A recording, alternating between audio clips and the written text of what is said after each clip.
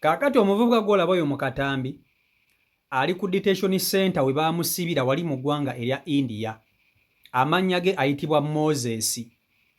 Moses yagenda mu ggwanga ly'Obuyindi okukola oba okusagula okunoonya ekikumi.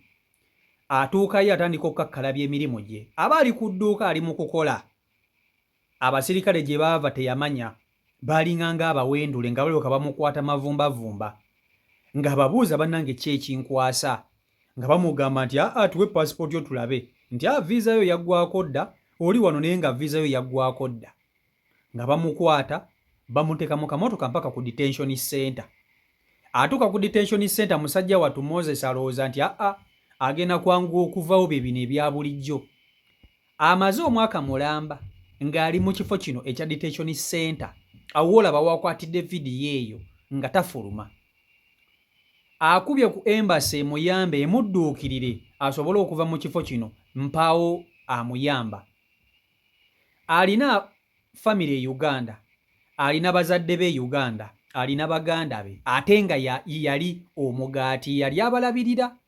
Kati bo balowooza omwana waabwe embeera nnungi ali Buyindi munnanga akola ekikumi ayingiza oba osanga kale yasirikamu naye muganda wange ono ye ali eno ali mu kkomera musibe.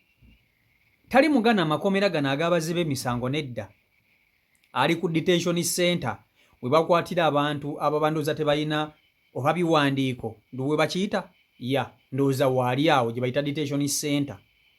Naye agezezzaako nga bw'asobola okulabika nti ava mu kifo kino mpaawo amuyamba. Tebamutwala mu kkooti, tebamuwozesa, ali awo omanyi okukwata ne bakusula mu kifo ne bakulekaawo.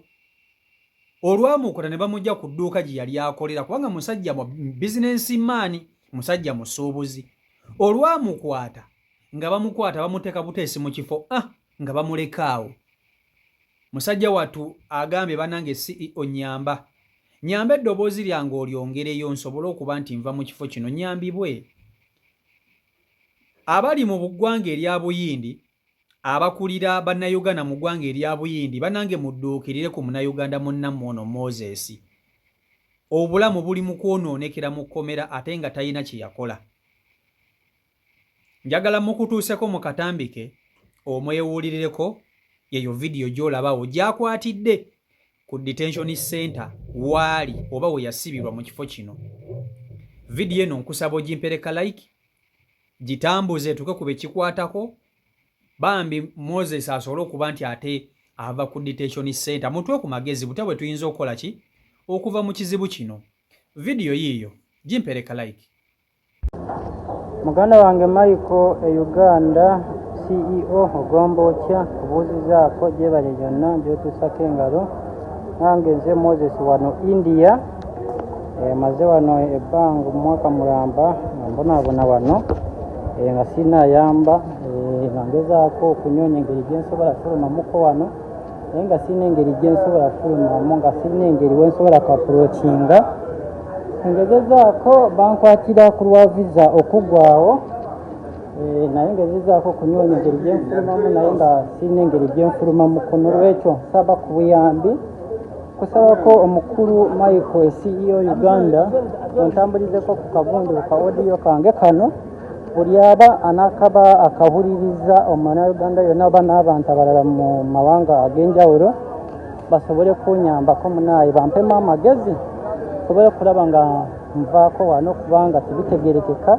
Nze ngezezaako tiwali ngeri wano mbonaabona muganda wange sirina kiddako, sirina plan B weewo nsobola kufulumira wali gwosobola kuapproachinga naye. N'olwekyo nkusaba kuntambulizako kano ka audio, kusaba kukuyambe bambe kwatibwako lekisanga muganda munaaye tuyambagane tomanye enkya taate bagambye ogwoyambye enkya taate leero enkya yajja kukuyamba. Nange nkusaba okunyamba ontambuliza ka audio kange ontambulize mulanga gwange eri buli omu bampeko ku magezi kubuyambi ndabe nsobole kulaba nga nsobola kukola okya kuva wano muganda wange neyanziza. N'olwekyo neyanzeege kabeewo emirembe mukama akumpeera omukisa. Thank you so much to everyone who will hear my voice. Kaakati ekisookera ddala njagala okusooka okukoowoola gavumenti yaffe ey'e Uganda. Bannange, lwaki gavumenti ffe yaffe bannayuganda tetulwanirira nga tuli mu mawanga ago? Bannange, abaana basibiddwa nga tebalina misango. Abanayuganda bali mu makomera naye nga kumpi tebalina misango. Omuntu oboza omusango ekyo kiba kalekale, kubanga munnange gavumenti eba erina ensonga lwaki erina okuvunaana kubanga obozizza musango. Kale ne visa yo okuggwako mu nsi zino nagwo musango, kubanga kaebe Uganda yennyini bw'obanga wagiyingiramu n'obanga ogirimu naye nga visa yo yaggwako, bayinza okuziteekako omusango, wabula balina kudipootinga ne bakuzzaayo mu ggwanga lyo. Okiwulira? Naye zino ensi endala olukwata bannayuganda nga babateeka mu makomera. Nze badde mmanyi omuntu ebamusanga nga visa ye eweddeko bamudipootinga. Kiki ekiba kibisibisa omunnayuganda bw'ati okutuuka lino ebbanga lyonna mwaka mulamba toozesa, totwalibwa mu kkooti, teri akuyamba, teri akudduukirira olw'okuba visa yo yaggwako. Mu ggwanga erya Buyindi nkimanyi bulungi nnyo nti mulimu bannayuganda ababeerayo. Bannange, bannayuganda abali mu mawanga aga kati nga walaba eggwanga erya Buyindi, mulina okwekolamu omulimu ne mulwanirira ku bannayuganda bannammwe abali mu makomera. Omuntu obanga tebaamukwatidde musango gwa Naggomola, kibakakatako nga mmwe okwebeereramu. Kati ono Moses mumulaba, musajja wattu yali akakkalabya mirimu gye ku dduuka ng'ali mu kukola. Abasirikale gye baava ne bamuvumbagatira naye teyamanya. Ye okusinziira ku kye bamugamba nti visa yo yaggwako, ye kusibisizza. Naye ne baamusiba ne bamutwala ne bamutwala ku detention center. Baamusuula awo amazeewo omwaka mulamba. Gwomanyi okukola ne bakuteeka mu kifo kimu omwaka mulamba nga tolina ssuubi lya kugendako mu kkooti, tolina ssuubi lya kuteebwa, okubyekubye ku busimu ku embase tekuyamba. Bannange, embase zirina mugaso ki mu mawanga nga gano? Mbadde manyi embase ez'amawanga kati nga gagaffe Uganda bw'ogituukirira mu butuufu ng'olina okwemulugunyaako ku nsonga gy'otali mmativu nayo, baba balina okukuyamba n'okudduukirira. Lwaki embase zino ezikata ddala eyaffe ey'e Uganda tebeererawo nnyo bannayuganda ababa beetaaga obuyambi mu nsi ng'ezo? Osobola okusibibwa abantu ne bakwerabira naye nga tolina na musango gwe wakola. Bw'oba toli sereebu tofuluma. Bannayuganda basinga obungi basiba kati nga mu mawanga gana India, China nawa. Sereebu yekka yafuluma gwe balwanirira. Tulabe basereebu banyiga basibidde eyo kata, simanya wa, simanya China, simanya India. Naye olw'okuba nti ye abeera waalinnya, lwaki community ezisinga obungi n'amaloboozi gayamba abantu balina mannya? Banene bannayuganda bala gye bali abeetaaga obuyambi bwammwe. Bw'oba ng'oli eyo ng'olina we out bambi Moses engeri gy'ayinza okuva ku detention center, bannange tukuyitira tukukoowoola, ntuukirira nsobole okuba nti nkukwasaganya ne Moses ono n'abantu abalala abasobola okukola ki, abasobola okumutuukirira, tulabike nti bambi ava katulite ekkomera lino ekkomera lyalimu. Ono omusajja mukulu alina famire, alina abaana, alina maama, alina ab'eŋŋanda. Okimanyi nti osobola okubeeraawo n'obanga mu famire yo gwe breadwinner nga buli kimu kitunuulidde ggwe, n'okwata ekkubo n'olinnya ennyonyi n'ogenda ebweru okukola. Bw'ogenda ebweru okukola kati famire yo bo bonna oluwuzi baba balusibidde ku ggwe. Bambi nga bw'omanyi nti Mukama Katonda ebintu bitera okukyuka, ebintu ne bikukyankalanako eyo. Okitegeera? Kati buli kimu ky'oyitamu oyinza obutasobola kukigamba famire yo kubanga oba toyagala kubeeraliikiriza. Bo ne balowooza nti gy'oli oli bulungi, kumbe by'oyitamu byokka byokka gw'obimanyi ng'omuntu. Kati ye muvubuka ono yali muvubuka munene nga musajja wa kiwago, osobola okumulaba mu kifaananyi awo, naye wenjogerera kati yafuuka siriimu ddadi lwa nsonga ya kkomera. We bamuti omanyi okubeera mu kifo nga toli musibe, omanyi nti toli musibe nti baakusalira naye ng'oli awo obulamu bwasiraana totale.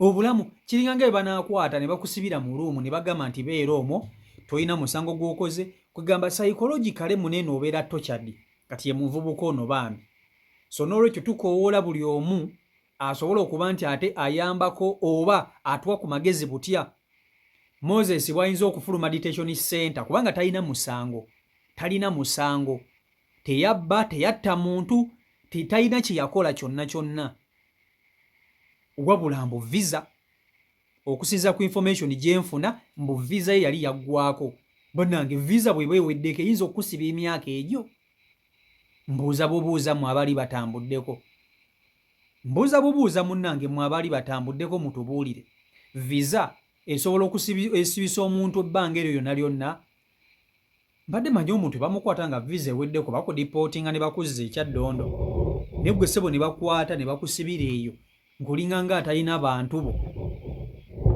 bannayuganda bali mweyo ensi eggwanga erya India kyemmanyi abasinga obungi ndowooza Moses muyinza obba nga mumumanyi ayinza obba nga mukwano gwo ayinza obba nga ng'omumanyi mukwano gwo kankimanyi nti mukwano gwo kuba kisuubira nti ayinayo ab'eŋŋanda so ayinza obba nga mukwano gwo kubanga ebiseera ebisinga bannayuganda ebagenda mu ezo ensi batera okukola zi community ebakola zi community esobola okwebeereramu ensi zonna ezisinga obungi bannayuganda baba ne community zaabwe kiringa bw'onoova wanoogenda e Boston bannayuganda balina community y'e Boston balina community y'e Massachusetts balina community y'e New York balina community y'e simanya California baba ne community zaabwe nti munnayuganda munnaabwe singa afuna obuzibu basobola okumuyamba n'okumulwanirira guno gwe mugaso gwa community ezo okiwulira njabbawo ekizampo y'omukulu omu mu Amerika eyo gwe bwakwata dde bannayuganda banne